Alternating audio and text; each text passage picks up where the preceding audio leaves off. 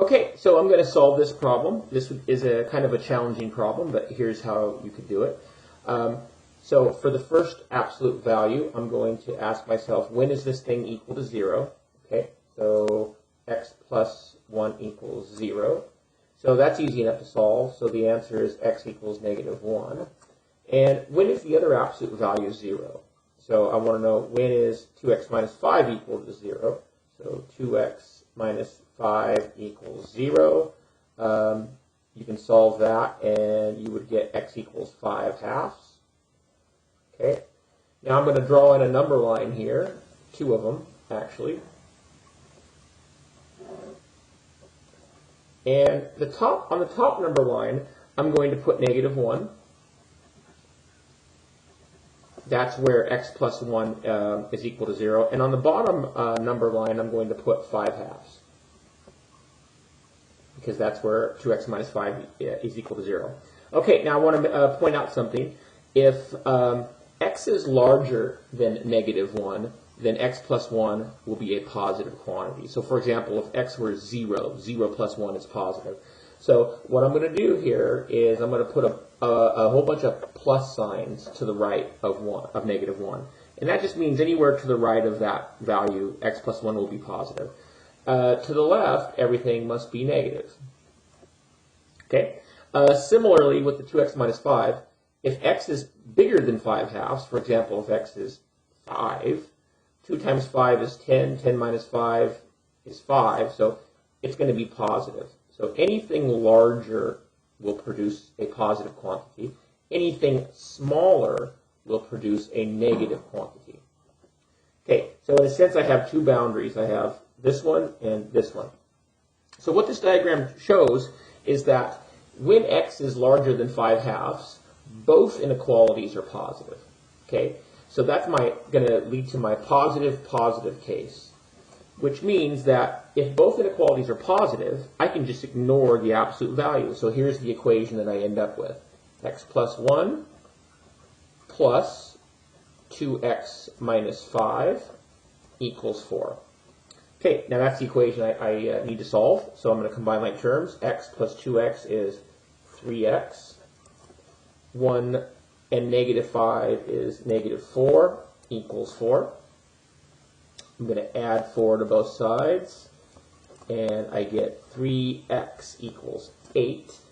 So apparently, in that region, x equals 8/3.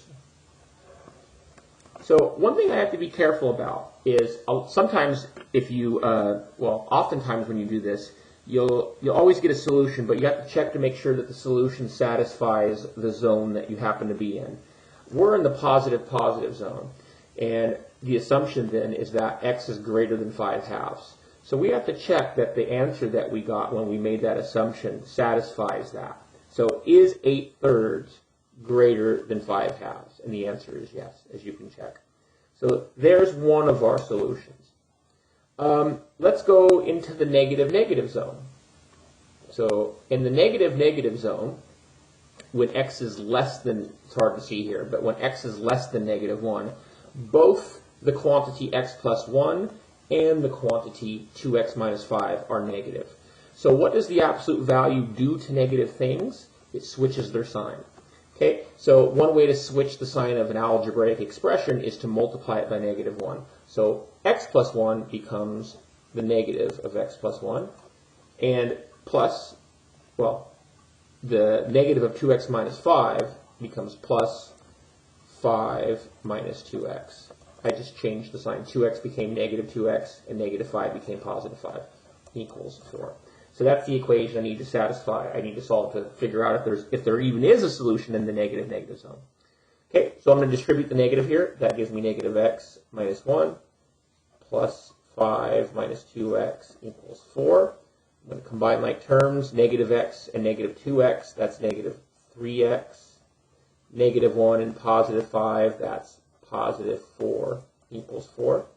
And now I need to subtract 4 from both sides. And so I get negative 3x equals 0. Divide both sides by negative 3. And I get x equals 0.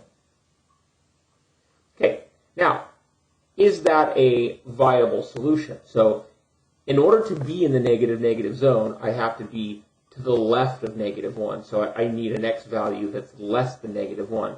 However, by making that assumption and following it through, we find that x would have to be 0. So that's a contradiction. So we can throw this solution away. It's not a valid solution for the assumption that we made. Okay, so our assumption was that we were in the negative zone, and from that assumption we found x equals 0 is our only acceptable solution, and that just doesn't work. Okay, so the only other alternative is that we're in the positive zone. So the positive means, the top being positive means x plus 1 is positive, and the bottom being negative means 2x minus 5 is a negative quantity.